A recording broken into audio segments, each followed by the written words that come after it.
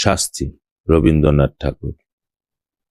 যেদিন একরত্তি বয়সে একটি কালো কোলো ছোটখাটো মেয়ে তাহার গোলগাল মুখটি লইয়া খেলার পুতুল ফেলিয়া বাপের ঘর হইতে শ্বশুর ঘরে আসিল, সেদিন রাত্রে শুভ লগ্নের সময় আজিকার দিনের কথা কি কল্পনা করিতে পারিত? তাহার বাপ মরিবার সময় এই বলিয়া নিশ্চিত হইয়াছিল যে যাহা হোক, আমার মেয়েটির একটি সদ্গতি করিয়া গেলাম। জেলখানায় ফাঁসির পূর্বে দয়ালু সিভিল সার্জন চন্দ্রকে জিজ্ঞেস করিল, কাহাকেও দেখিতে ইচ্ছে করো? চন্দ্র কহিল, একবার আমার মাকে দেখিতে চায়। ডাক্তার কহিল, তোমার স্বামী তোমাকে দেখিতে চায়,